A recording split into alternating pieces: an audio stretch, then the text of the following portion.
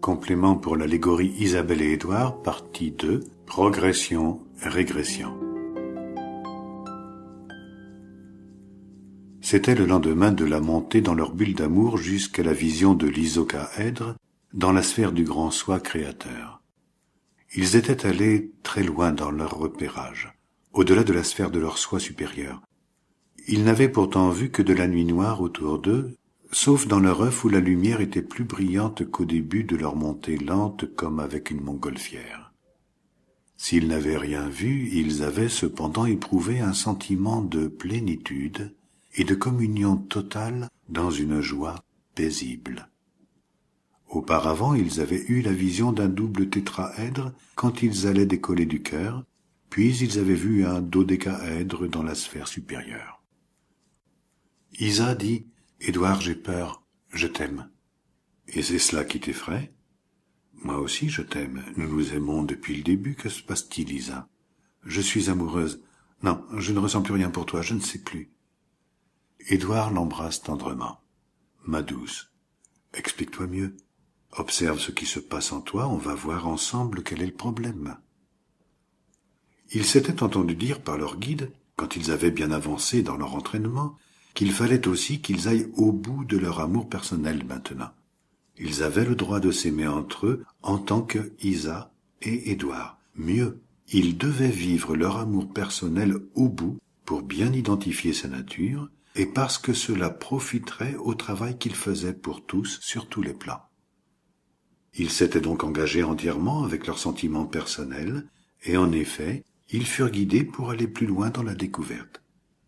C'est ainsi qu'ils avaient commencé la constitution des bulles. « Je suis amoureuse, Édouard, amoureuse de toi. »« Tu as le droit d'être amoureuse, Isamour. Nous avons le droit de nous aimer, tu le sais. » Isa était troublée et avait envie de pleurer. « Laisse-toi aller, dit Édouard, qui, par un vieux réflexe d'empathie, sentit les larmes lui monter aux yeux. Il se ressaisit une fois compris le désarroi d'Isabelle. « Va, pleure si tu en as envie. Tu es à côté de quelqu'un qui accepte de pleurer sur son chemin de vérité et qui sait ce que pleurer veut faire. » Isa se laissa aller. Ses larmes lui lavaient le cœur qu'elle avait chagrin comme un jour d'automne brumeux et froid. Édouard la regarda et fut étonné de ce qu'il vit. Le corps d'Isa était entouré de grandes flamèches blanches qui brillaient avec intensité. Il avait déjà remarqué ce genre de flamèche quand, des années plus tôt, il avait été exposé à des énergies à taux de vibration très élevés. Les flamèches étaient sorties de ses doigts jusqu'à 7 cm environ. Le corps d'Isa, ou plutôt les traits perceptibles du corps d'Isa, avaient disparu. Les flamèches en dessinaient seulement le contour, comme si le corps était une zone de vide. C'est tout ce qu'Édouard percevait de la réalité corporelle de sa partenaire en travail sur les énergies masculines et féminines, et depuis peu, devenue sa partenaire à la découverte de l'amour humain. Pour Édouard, ce qu'il voyait était le signal qu'ils avaient été exposés à de très hautes vibrations, mais qu'ils ne s'en étaient pas rendus compte. Un peu comme une exposition au soleil sans protection. Ce n'est que le lendemain qu'on ressent les coups de soleil. Il savait par expérience qu'il y aurait un contre-coup. Quand une prise de conscience lumineuse se fait, elle est toujours suivie d'une sorte de régression. La régression, en fait, n'est qu'une apparence, une mise en évidence de ce qui était caché et qu'il fallait alors affronter pour le porter à la lumière de la vérité. Le trouble affectif d'Isa était normal pour Édouard, qui l'entourait de tendre compréhension. « Je ne sais pas ce que j'ai, je n'ai plus de désir, mais si tu veux, on continue le service, je suis quand même disponible. Un contrat, c'est un contrat. » « Isa, nous abordons une autre phase de notre travail. Cette fois, il s'agit d'un travail personnel sur nous. Jusqu'à maintenant, nous avons travaillé sur les énergies. Je t'ai accompagné dans ta démarche première sur la montée en taux vibratoire par l'éveil de la Kundalini comme tu le recherchais.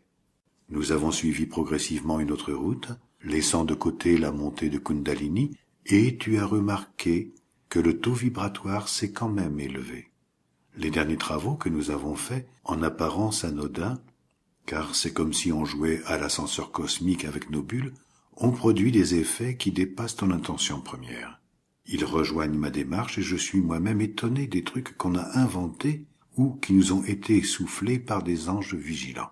Je t'ai demandé plusieurs fois, quand nous avions eu le sentiment d'avoir réconcilié les énergies masculines et féminines, si tu voulais arrêter.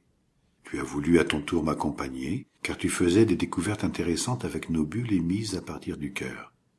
Nous avons exploré l'amour-désir et observé la qualité des énergies érotiques. Nous nous sommes laissés aller à vivre l'amour sentiment et passionnel avec le plexus solaire relié au cœur. Puis nous avons exploré l'amour sans forme au seul niveau du cœur. Nous avons été un peu désorientés par la perte de tout désir physique. Puis nous avons réussi à relier le cœur et le deuxième chakra, et les sexes sont repartis pour un dialogue d'une autre nature. L'énergie de l'amour inconditionnel du cœur guidait nos corps, et nous nous sentions encore plus libres chacun. Enfin, nous avons intuitivement voulu nous rapprocher de l'amour christique, et nous sommes allés jusqu'à voir l'esquisse d'un isocaèdre dont nous avons ramené chacun l'empreinte en nous.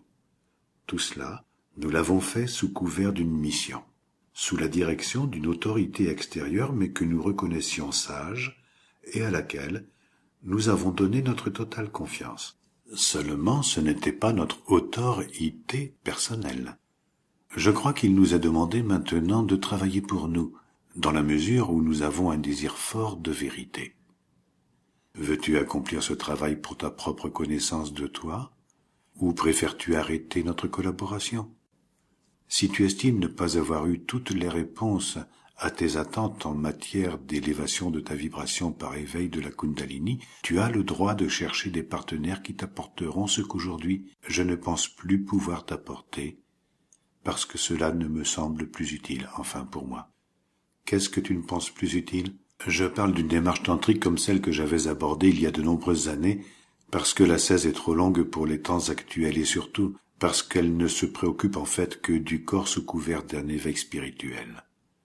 Et il me semble que l'ego est intéressé par cela. Il veille et attend de profiter d'une augmentation des pouvoirs personnels et de l'énergie dans le corps. Éveiller les chakras, réveiller Kundalini, tout cela ne vaut que si le but est clair. Pourquoi ce travail? Pour soi seul et acquérir les pouvoirs inhérents à chaque chakra réveillé? Pour quel usage? Dans quelle intention, au regard de notre fraternité? Qu'est-ce que cette quête personnelle apportera à nos frères et sœurs? Tu vois, j'ai changé de vision quant à mes aspirations et quant aux moyens pour retrouver le chemin de la maison. Je ne recherche pas l'élévation de mon niveau vibratoire pour lui-même. J'aborde le problème de savoir qui je suis d'une autre façon. Je laisse de côté mes éventuelles envies d'aller visiter les autres dimensions, car je sens intuitivement que tout cela me sera donné quand j'aurai accompli ce que je veux retrouver. Je ne veux pas monter en vibration, je veux laisser descendre le niveau de vibration qui est déjà le mien et que je reconnaîtrai quand je serai pleinement éveillé, c'est-à-dire débarrassé de mes illusions et croyances sur ce que je crois encore être. Donc, ma douce, veux-tu continuer avec moi ou veux-tu arrêter là? Ne donne que la réponse qui est en accord avec toi-même. Ed, j'ai l'impression que moi aussi j'ai changé d'orientation depuis notre travail sur le cœur. Je ressens une voix qui me semble juste, mais qui n'était pas la mienne. Je veux continuer, mais je me sens perdu. Je ne sais pas où on va, ni si en fait c'est la voie juste. Savoir, c'est expérimenter. Connaître, c'est avoir su, par l'expérience, et atteint une certitude qui ne demande plus de se prouver. Nous n'en sommes qu'à l'invitation à expérimenter. Expérimenter quoi? J'ai l'impression qu'on a tout essayé. Peut-être s'agit-il d'expérimenter simplement notre capacité à nous regarder dans notre fonctionnement relationnel et de considérer nos rapports affectifs dans l'amour interpersonnel afin de les amener à la pleine compréhension et conscience de l'amour de la source, à notre chemin vers la fusion. qui me semble plus sain. Il y a sûrement un travail de lâcher prise que nous devons faire sur nos illusions. Ok, Ed, je te revois demain. J'ai envie de faire une pause. Ils se sont embrassés et ont quitté chacun le salon où l'on cause, quelque part dans un astral assez proche du chakra numéro 5.